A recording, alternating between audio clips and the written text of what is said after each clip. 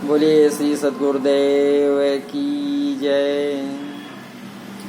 श्री गुरु जी के सुमिरन मात्र से नाशत विघ्न अनंत, ताते सर्वयारंभ में ध्यावत हैं सब संत। बोलिए श्री सद्गुरुदेव की जय। आप सभी का हार्दिक प्रणाम, सप्रेम नमस्कार है। गीता के अनुसार आत्मज्ञान की चर्चा चल रही है, जिसका ये चौथा एपिसोड है। अभी तक गीता श्रीमद् भगवत गीता का परिचय दिया जा रहा था। अब श्रीमद् भगवत गीता का प्रारंभ होने जा रहा है। इसमें क्या होता है कि ये चौथा एपिसोड है, तो इस चौथे एपिसोड में पांडवों ने 12 वर्ष का वनवास और 1 वर्ष का अज्ञातवास समाप्त होने पर जब प्रतिज्ञा के अनुसार अपना आधा राज्य मांगा, तब दुर्योधन ने आधा राज तो क्या, तीखी सुई की नोक जितनी जमीन भी बिना युद्ध के देनी स्वीकार नहीं की। अतः पांडवों ने माता कुंती की आज्ञा के अनुसार युद्ध करना स्वीकार कर लिया। तो इस प्रकार पांडवों और कौरवों का युद्ध होना निश्चित हो गया और तदनुसार दोनों ओर से युद्ध की तैयारी होने लगी। महर्षि वेदव्यास जी का धृतराष्ट्र पर बहुत स्नेह था। उस स्नेह के कारण उन्होंने धृतराष्ट्र के पास आकर कहा कि युद्ध होना और उसमें क्षत्रियों का महान संहार होना अवश्यंभावी है, इसे कोई टाल नहीं सकता। यदि तुम युद्ध देखना चाहते हो तो मैं तुम्हें दिव्य दृष्टि दे सकता हूँ, जिससे तुम यहीं बैठे बैठे युद्ध को अच्छी तरह से देख सकते हो। इस पर धृतराष्ट्र ने कहा कि मैं जन्म भर अंधा रहा, अब अपने कुल के संहार को मैं देखना नहीं चाहता, परंतु युद्ध कैसे हो रहा है ये समाचार जरूर सुनना चाहता हूँ। तब व्यास जी ने कहा कि मैं संजय को दिव्य दृष्टि देता हूँ, जिससे ये संपूर्ण युद्ध को, संपूर्ण घटनाओं को, सैनिकों के मन में आई हुई बातों को भी जान लेगा, सुन लेगा, देख लेगा और सब बातें तुम्हें सुना भी देगा। ऐसा कहकर व्यास जी ने संजय को दिव्य दृष्टि प्रदान की। निश्चित समय के अनुसार कुरुक्षेत्र में युद्ध आरंभ हुआ।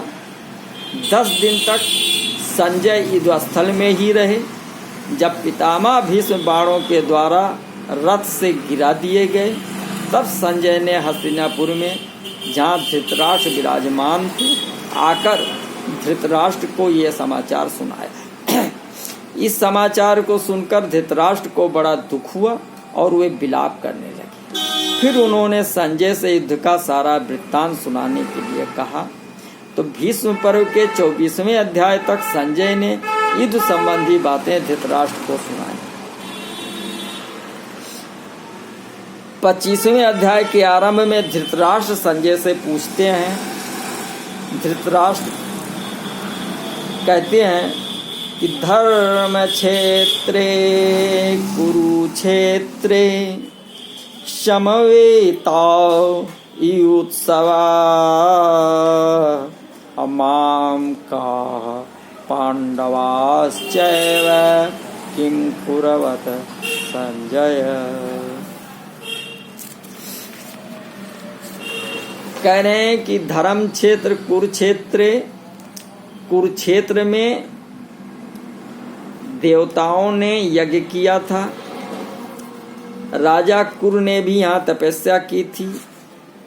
यज्ञादि धर्ममय कार्य होने से तथा राजा कुरु की तपस्या भूमि होने से इसको धर्म भूमि कुरुक्षेत्र कहा गया है। तो यहाँ धर्म क्षेत्रे और कुरुक्षेत्रे में पदों में क्षेत्र शब्द देने में धृतराष्ट्र का प्राय यह है कि अपनी कुरुवंशियों की भूमि है, ये केवल लड़ाई की भूमि ही नहीं है, प्रत्युत तीर्थ भूमि है, जिसमें प्राणी जीते जी पवित्र कर्म करके अपना कल्याण कर सकते हैं। तो इस तरह लौकिक और पारलौकिक सब तरह का लाभ हो जाए, ऐसा विचार करके एवं श्रेष्ठ पुरुषों की सम्मत लेकर ही युद्ध के लिए ये भूमि चुनी गई। तो संसार में प्रायः 3 बातों को लेकर लड़ाई होती है, भूमि, धन और स्त्री। इन तीनों में भी राजाओं का आपस में लड़ना मुख्यतः जमीन को लेकर होता है।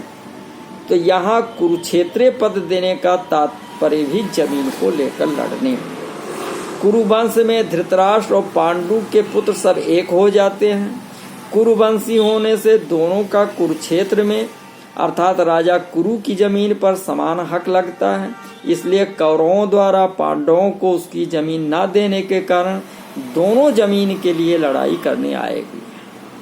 यद्यपि अपनी भूमि होने के कारण दोनों के लिए कुरुक्षेत्र पद लेना युक्ति संगत न्याय संगत है, तथापि हमारी सनातन वैदिक संस्कृति ऐसी विलक्षण है कि कोई भी कार्य करना होता है तो धर्म को सामने रखकर ही होता है।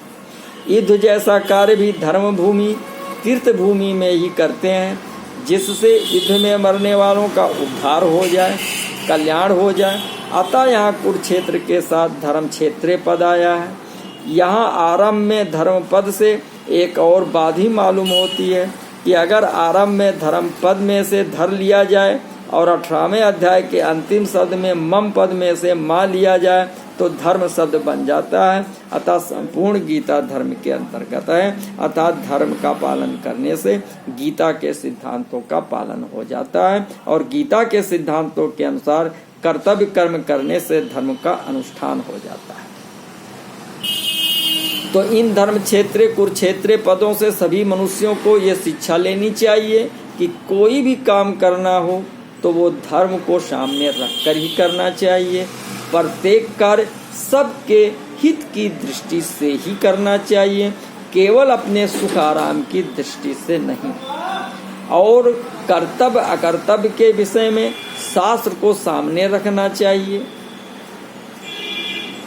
समवेता युत्सवा राजाओं के द्वारा बार बार संधि का प्रस्ताव रखने पर भी दुर्योधन ने संधि करना स्वीकार नहीं किया। इतना ही नहीं, भगवान श्री कृष्ण के कहने पर भी मेरे पुत्र दुर्योधन ने स्पष्ट कह दिया कि बिना युद्ध के मैं तीखी सुई के नोक जितनी जमीन भी पांडवों को नहीं दूंगा। यावत् तीक्ष्णया सूचया विद्धेद ग्रेण केशव तावत् व्यय परित्याज्यम भूर्मेना पांडवान प्रति। तो तब मजबूर होकर पांडवों ने भी युद्ध करना स्वीकार किया। तो इस प्रकार मेरे पुत्र और पांडु पुत्र दोनों ही सेनाओं के सहित युद्ध की इच्छा से इकट्ठे हुए। तो दोनों सेनाओं में युद्ध की इच्छा रहने पर भी दुर्योधन में युद्ध की इच्छा विशेष रूप से थी। उसका मुख्य उद्देश्य राज्य प्राप्ति का ही था। वो राज्य प्राप्ति धर्म से हो चाहे अधर्म से, न्याय से हो चाहे अन्याय से, भीत रीत से हो चाहे निषिद्धि रीत से, किसी भी तरह से हमें राज्य मिलना चाहिए, ऐसा उसका भाव था। इसलिए विशेष रूप से दुर्योधन का पक्ष ही युद्ध से अर्थात युद्ध की इच्छा वाला था। पांडवों में धर्म की मुख्यता थी। उनका ऐसा भाव था कि हम चाहे जैसा जीवन निर्वाह कर लेंगे पर अपने धर्म में बाधा नहीं आने देंगे, धर्म के विरुद्ध नहीं चलेंगे। इस बात को लेकर महाराज युधिष्ठिर युद्ध नहीं करना चाहते थे, परंतु जिस माँ की आज्ञा से युधिष्ठिर ने चारों भाइयों सहित द्रौपदी से विवाह किया था, उस माँ की आज्ञा होने के कारण ही महाराज युधिष्ठिर की युद्ध में प्रवृत्ति हुई थी। माता कुंती बड़ी सहिष्णु थी। कष्ट से बचकर सुख, आराम, राज्य आदि चाहना ये बात उसमें नहीं थी। वही एक ऐसी विलक्षण माता थी जिसने भगवान से विपत्ति का ही वरदान मांगा था। उसमें सुख लोलुपता नहीं थी, परंतु उसके मन में 2 बातों को लेकर बड़ा दुख था। पहली बात राज्य के लिए कौरव पांडव आपस में लड़ते, चाहे जो करते, पर मेरी प्यारी पुत्रवधू द्रौपदी को इन दुर्योधन आदि दुष्टों ने सभा में नग्न करना चाहा, अपमानित करना चाहा। ऐसी घृणित चेष्टा करना मनुष्यता नहीं है। ये बात माता कुंती को बहुत बुरी लगी। दूसरी बात, जब स्वयं भगवान श्री कृष्ण पांडवों की ओर से संधि का प्रस्ताव लेकर हस्तिनापुर आए तो दुर्योधन, दुशासन, कर्ण, शकुनी आदि ने भगवान को पकड़कर कैद करना चाहा। तो इस बात को सुनकर कुंती के मन में ये विचार हुआ कि अब इन दुष्टों को जल्दी ही खत्म करना चाहिए, कारण कि इनके जीते रहने से इनके पाप बढ़ते ही चले जाएंगे, जिससे इनका बहुत नुकसान होगा। इन्हीं दो कारणों से माता कुंती ने पांडवों को युद्ध के लिए आज्ञा दी थी। तो केवल माँ की आज्ञा पालन रूप धर्म से ही युधिष्ठिर युद्ध की इच्छा वाले हुए। तात्पर्य है कि दुर्योधन आज तो राज्य को लेकर ही युद्धसुख थे, पर पांडव धर्म को लेकर ही युद्धसुख बने थे। माम का पांडवाश्चैव, पांडव धृतराष्ट्र को अपने पिता के बड़े भाई होने से पिता के समान समझते थे और उनकी आज्ञा का पालन करते थे। धृतराष्ट्र के द्वारा अनुचित आज्ञा देने पर पांडव उचित अनुचित का विचार न करके उनकी आज्ञा का पालन करते थे। अतः यहाँ माम का पद के अंतर्गत कौरव, यद्यप कौरव शब्द के अंतर्गत धृतराष्ट्र के पुत्र दुर्योधन आदि और पांडु के पुत्र युधिष्ठिर सभी आ जाते हैं, तथापि इस श्लोक में धृतराष्ट्र ने युधिष्ठिर के लिए पांडव शब्द का प्रयोग किया है। अतः व्याख्या में कौरव शब्द दुर्योधन आदि के लिए ही दिया गया है और पांडव दोनों आ जाते हैं।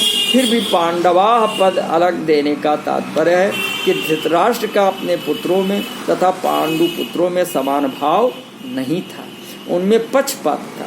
अपने पुत्रों के प्रति मोह था। वे दुर्योधन आदि को तो अपना मानते थे, पर पांडवों को अपना नहीं मानते थे। धृतराष्ट्र के मन में द्वैधी भाव था कि दुर्योधन आदि मेरे पुत्र हैं और युधिष्ठिर आदि मेरे पुत्र नहीं हैं, प्रत्युत पांडु के पुत्र हैं। तो इस भाव के कारण दुर्योधन का भीम को विष खिलाकर जल में फेंक देना, लाक्षागृह में पांडवों को जलाने का प्रयत्न करना, युधिष्ठिर के साथ छल पूर्वक जुआ खेलना, पांडवों का नाश करने के लिए सेना लेकर वन में जाना आदि कार्यों के करने में दुर्योधन को धृतराष्ट्र ने कभी मना नहीं किया। कारण कि उनके भीतर यही भाव था कि अगर किसी तरह पांडवों का नाश हो जाए तो मेरे बेटों का राज सुरक्षित रहेगा। इस कारण उन्होंने अपने पुत्रों के लिए मामकाह और पांडु पुत्रों के लिए पांडवाह पद का प्रयोग किया है, क्योंकि जो भाव भीतर होते हैं वे ही प्रायः वाणी से बाहर निकलते हैं। इस द्वैधी भाव के कारण ही धृतराष्ट्र को अपने कुल के संहार का दुख भोगना पड़ा। इससे मनुष्य मात्र को यह शिक्षा लेनी चाहिए कि वो अपने घरों में, मोहल्लों में, गांवों में, प्रांतों में, देशों में, संप्रदायों में द्वैधी भाव अर्थात ये अपने हैं ये दूसरे हैं ऐसा भाव ना रखें। कारण कि द्वैधी भाव से आपस में प्रेम स्नेह नहीं होता, प्रत्युत कलह होता है। तो यहाँ पांडवा पद के साथ एव पद होने का तात्पर्य है कि पांडव तो बड़े धर्मात्मा हैं, अतः उन्हें युद्ध नहीं करना चाहिए था, परंतु वे भी युद्ध के लिए रणभूमि में आ गए। तो वहाँ आकर उन्होंने क्या किया?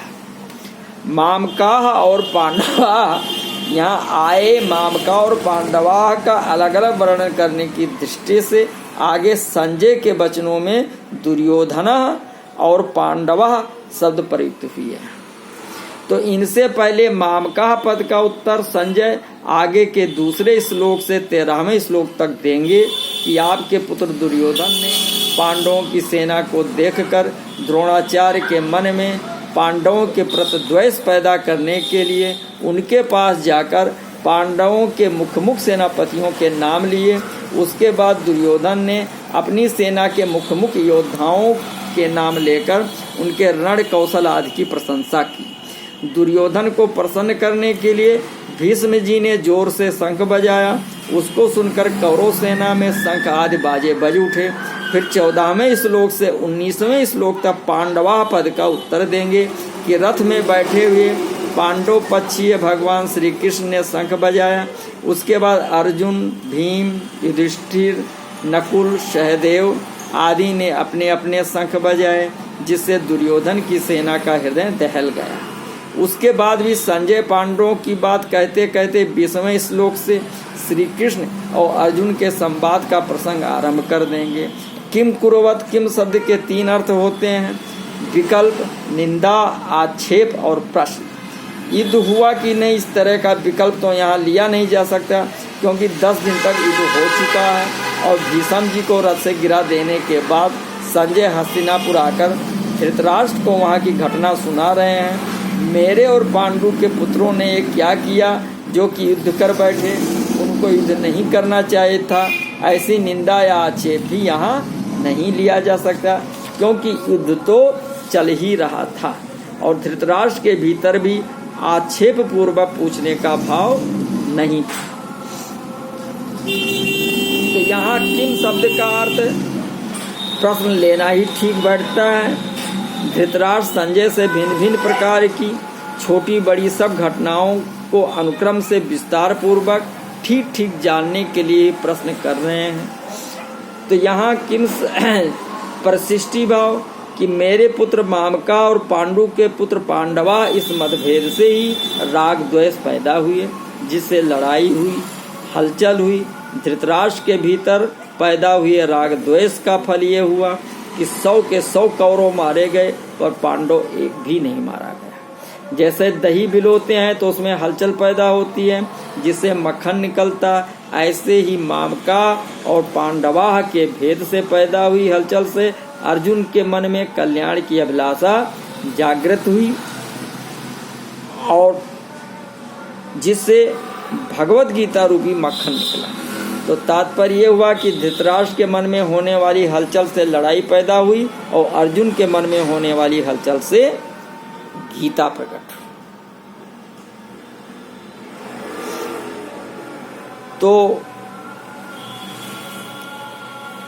धृतराष्ट्र के प्रश्न का उत्तर संजय आगे के श्लोक में देना प्रारंभ करते हैं। तो दृष्ट्वा तु पांडवानीकं व्यूढ़ं दुर्योधनस्तदा आचार्यम उपसंगम्य राजा वचनम आब्रवीत।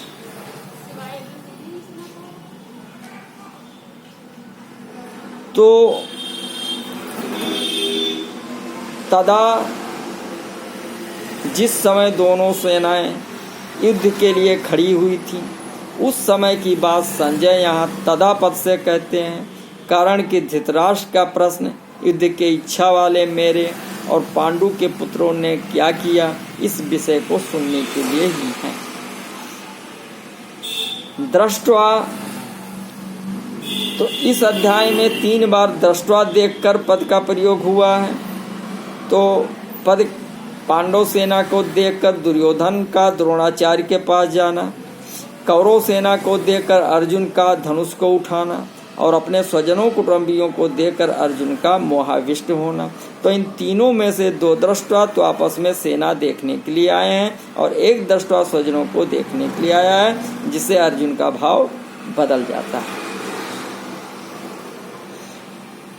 पांडवानी कम व्यूढ़म, पांडवों की वज्र व्यूह से खड़ी सेना को देखने का तात्पर्य है कि पांडवों की सेना बड़ी ही सुचारू रूप से और एक ही भाव से खड़ी थी, अर्थात उनके सैनिकों में 2 भाव नहीं थे, मतभेद नहीं था। कौरव सेना में मतभेद था, क्योंकि दुर्योधन दुशासन आदि तो युद्ध करना चाहते थे, पर भीष्म, द्रोण, विकर्ण आदि युद्ध नहीं करना चाहते थे। यह नियम है कि जहाँ आपस में मतभेद होता है वहाँ तेज प्रभाव नहीं रहता। कांच कटोरो कुंभ पय मोती मिंद आवास और ताल घाव तिरिया कटक फाटा करे विनाश। तो उनके पक्ष में धर्म और भगवान श्री कृष्ण थे, जिसके पक्ष में धर्म और भगवान होते हैं उसका दूसरों पर बड़ा असर पड़ता है। इसलिए संख्या में कम होने पर भी पांडवों की सेना का तेज प्रभाव था और उसका दूसरों पर बड़ा असर पड़ता था। अतः पांडव सेना का दुर्योधन पर भी बड़ा असर पड़ा, जिससे वो द्रोणाचार्य के पास जाकर नीतियुक्त गंभीर वचन बोला।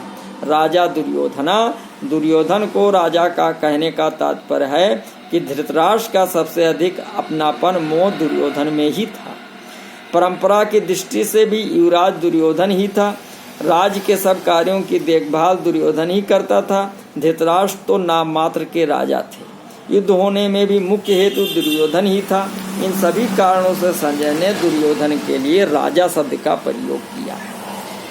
आचार्यम उपसंगम्य, द्रोणाचार्य के पास जाने से मुक्ता 3 कारण मालूम होते हैं। अपना स्वार्थ सिद्ध करने के लिए, अर्थात द्रोणाचार्य के भीतर पांडवों के प्रति द्वेष पैदा करके उनको अपने पक्ष में विशेषता से करने के लिए दुर्योधन द्रोणाचार्य के पास गया।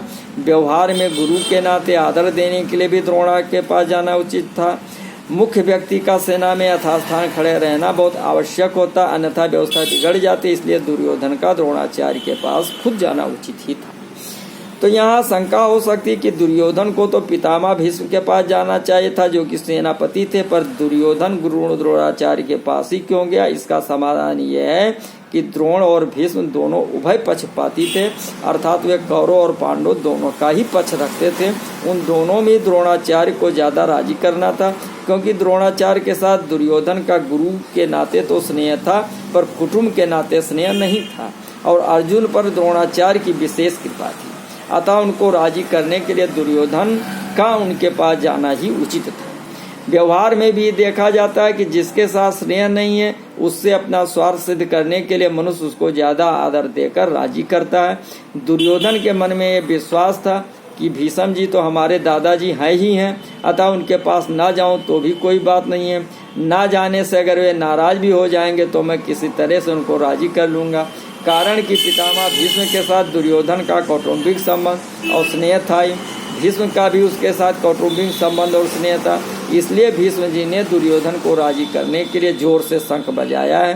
पहले अध्याय का 12वां श्लोक वचनम ब्रवीत, यहाँ आब्रवीत कहने ही पर्याप्त था, क्योंकि आब्रवीत क्रिया के अंतर्गत ही वचनम आ जाता है, अर्थात दुर्योधन बोलेगा तो वचन ही बोलेगा। इसलिए यहाँ वचनम शब्द की आवश्यकता नहीं थी। फिर भी वचनम शब्द देने का तात्पर्य है कि दुर्योधन नीतियुक्त गंभीर वचन बोलता है, जिससे द्रोणाचार्य के मन में पांडवों के प्रति द्वेष पैदा हो जाए और हमारे ही पक्ष में रहते हुए ठीक तरह से युद्ध करें, जिससे हमारी विजय हो जाए, हमारा स्वार्थ सिद्ध हो जाए।